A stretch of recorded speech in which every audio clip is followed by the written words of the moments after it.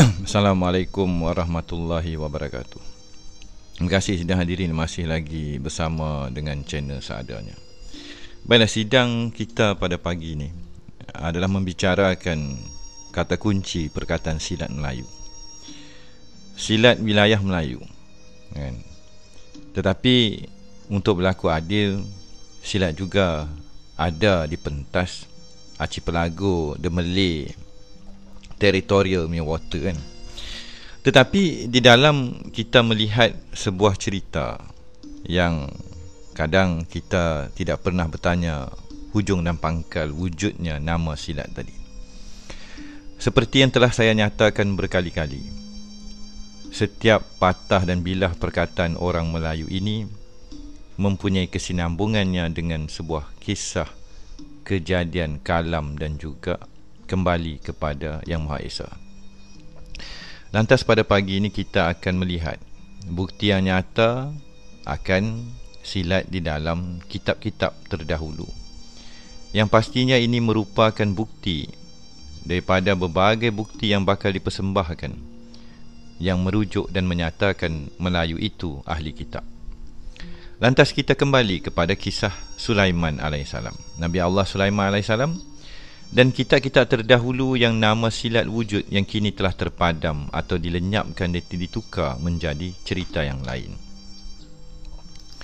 Maka kita kembalilah, kan? Kembalilah kepada suatu coding, kata kunci yang ibarat puzzle. Andai kita tidak ada kewarasan kecerdasan minda, kita tidak dapat menyusun kisah sebenar bangsa Melayu ahli kitab. Jadi ambil masa, perhatikan apa yang ada di hadapan YouTube tuan, puan dan adinda dan kaumku.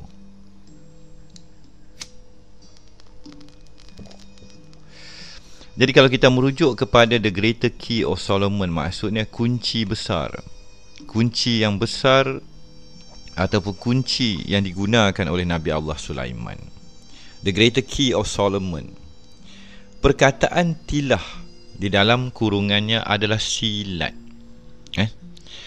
Kenapa letak dalam parenthesis perkataan silat?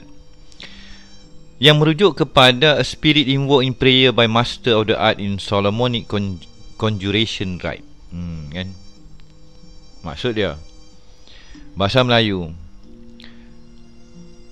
roh kerohanian ataupun makhluk gaib yang dipanggil di dalam bacaan doa oleh maha guru, adi guru ataupun ketua ataupun sesepuh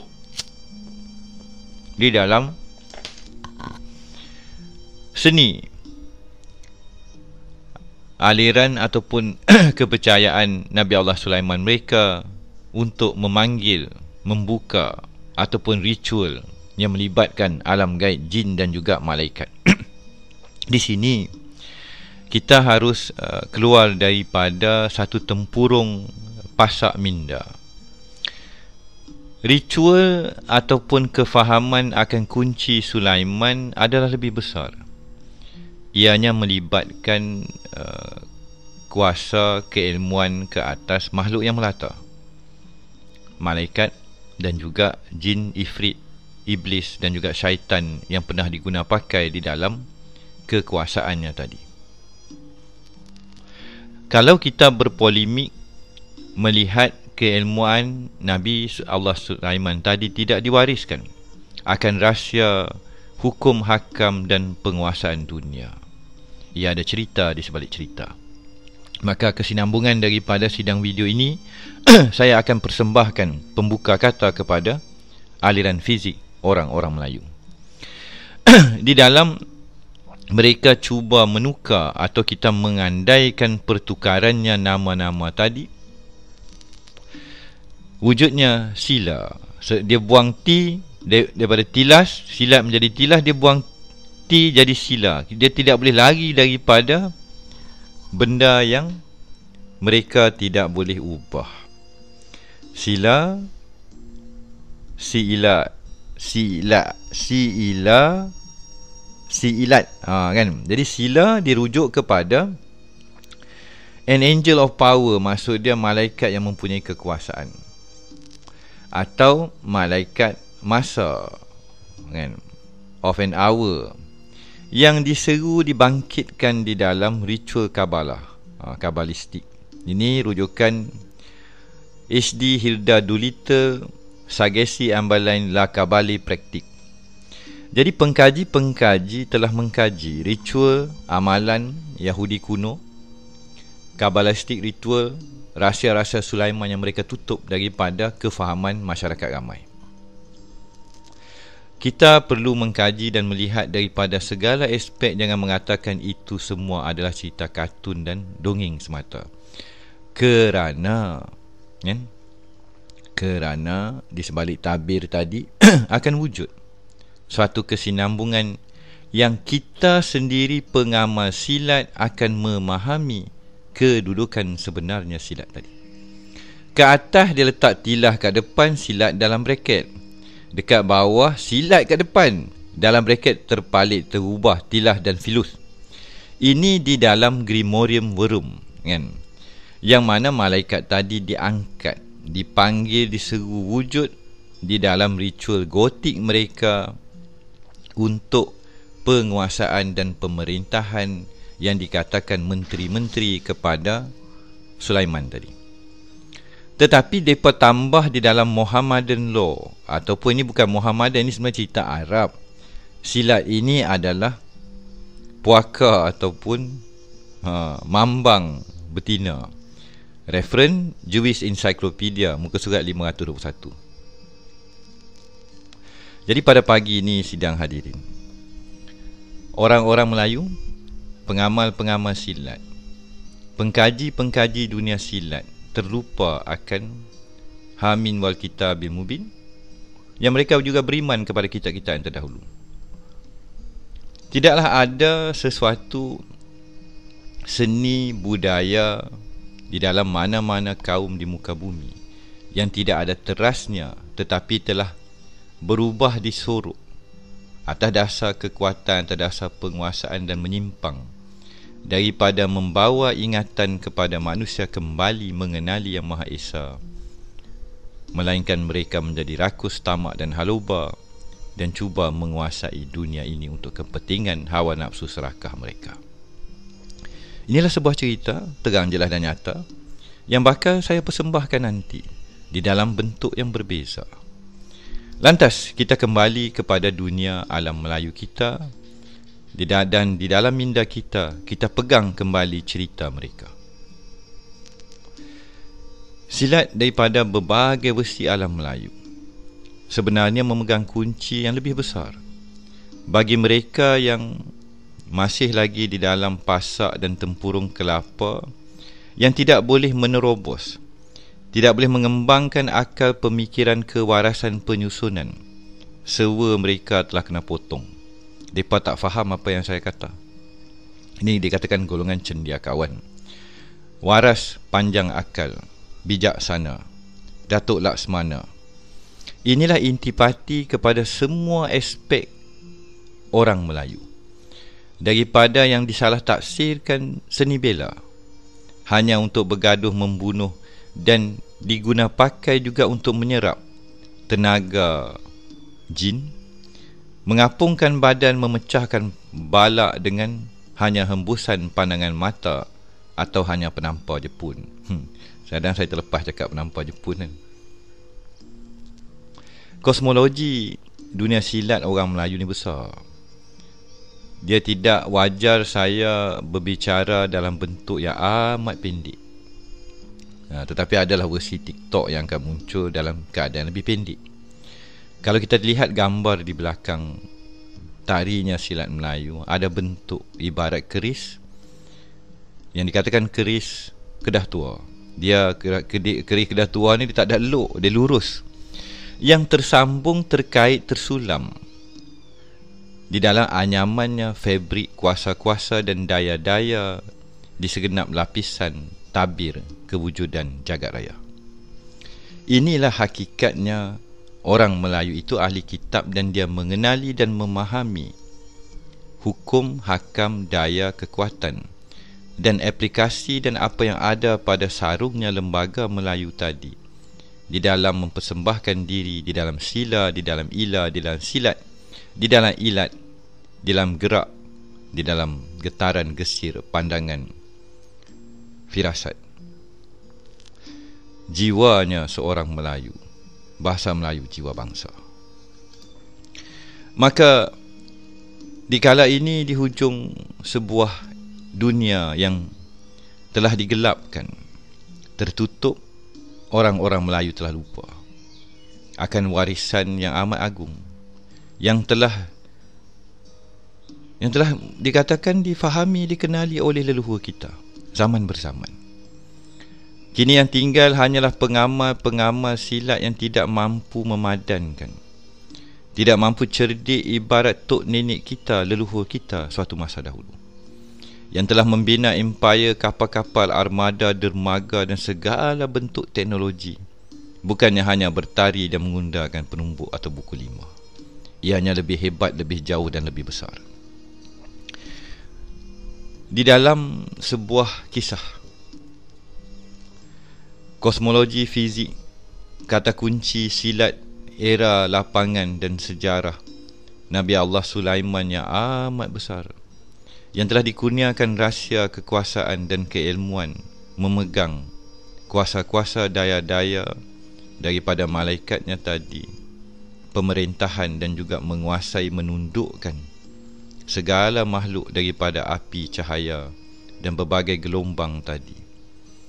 Kita kembali kepada satu perkataan yang kadang orang-orang yang memahami dan telah melihat video saya akan faham. Sulaman, Ayaman, Ayaman, Sulaman, tekad yang sentiasa terpalit dan ada di dalam bahasa Melayu itu sendiri.